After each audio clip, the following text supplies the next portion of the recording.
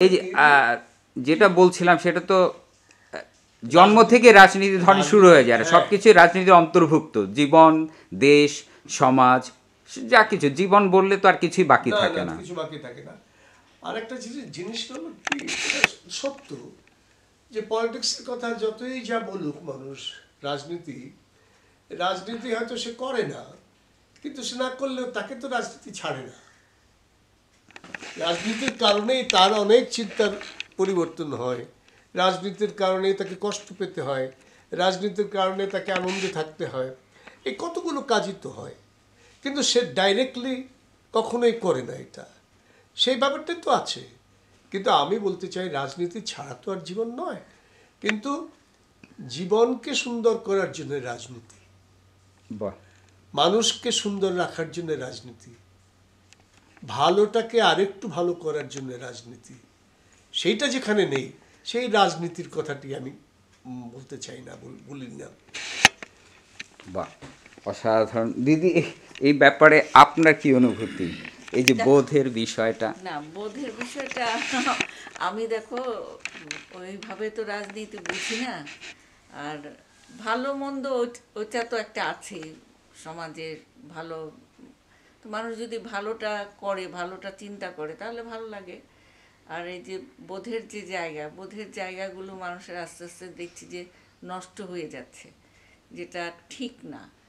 এখন বরং বোধগুলো আরও সক্রিয় হওয়া উচিত, বোধের ব্যাপারগুলো মানুষের ভাবাও উচিত যে কিভাবে ভালো থাকা যায়, ভালো করা যায়। রাইট। এবার যেটি বলছি যে এখন কি করছেন, মানে নতুন প্রজন্মের জন্য, জিজ্ঞেস করবেন না, নতুন প্রজন্মের জন্য এখন কি ভাবছেন, কি করছেন, কি লিখছেন? ওই যে অনুবাদটা আমার জন্য হয় আর কি, মজার হয়। আমি কিছু কিছু লেখা আমার রয়ে গেছে, যেগুলো আমি আমার যেটা তোমার মৌলিক, সেগুলো এখন ধরতে পারি। অনুবাদ করার জন্য যেটা হয়েছে, আমি আমার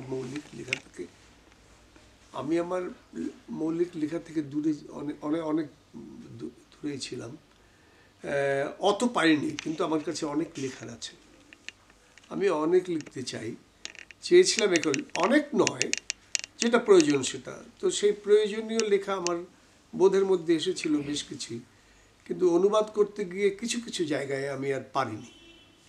তবে আমি কিছু মৌলিক, যদি ভালো থাকি, সুস্থ থাকি, তাহলে কিছু কাজ করব আরও।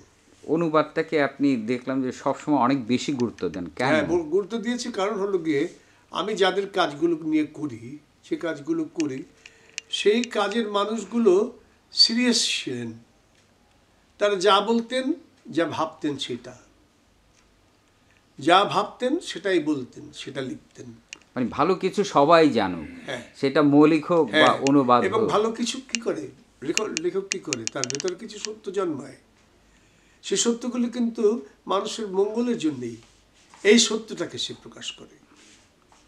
একটা সত্য প্রকাশ করা, সত্যকে প্রতিষ্ঠিত করাই কি একজন লেখক বা একজন মানুষের আসল সত্তা? না, সবসময় নয়, বিনোদনের ব্যাপার আছে। আমরা ভাগ করি যে বিনোদনমূলক কিছু কাজও তো আছে, মানুষকে শুধু আনন্দ দেয়া, একটু সুন্দরভাবে তাকে থাকতে দেয়া, এই ব্যাপারগুলো তো আছে, তাহলে সেখানেও কিছু আছে। আবার কিছু গুরু দত্ত বা যেটা হয়, সেটা হলো গিয়ে, মনে করো গুরু দায়িত্ব বলে একটা কথা আছে না? অবশ্যই জন্মে কিন্তু সেটা মানুষের আছে, সেটা ভুলে গেলে চলবে না। সেটা যে যে ক্ষেত্রেই কাজ করুক, সেই ক্ষেত্রেই এটা কিন্তু প্রযোজ্য। সর্বশেষ প্রশ্ন, সেটা হলো অনেকটা আমার ব্যক্তি কেন্দ্রিক। সেটা হলো, আমি একটি প্রতিষ্ঠান করেছি, বিরজান ওয়াল ফটোগ্রাফি আর্কাইভ। এ ব্যাপারে যদি আপনি শুভেচ্ছান্ত কিছু। আমি খুবই, তুমি যা করো তাতেই আমি মোটামুটি একটা ভরসা পাই, যে তুমি যে কাজটি করবে না বুঝে করবে না, আর যে কাজটি করবে সেটা ভালো না বেশি করবে না, এইটুকু বিশ্বাস তোমার উপর আমার আছে। সুতরাং আমি যেরকম ভাবছি, তোর ভাবনার মধ্যে সেই জিনিসটাই পাওয়া যাবে, আশা করি। সব আপনার আশীর্বাদ। তোমাকে আশীর্বাদ, এবং তুমি যাদেরকে নিয়ে করবে তাদেরকে চাই যে চলতি মানুষ হোক, অ্যাক্টিভ লোকজন হোক, যারা এই কাজগুলো তোমার সাথে এগিয়ে নিয়ে যাবে।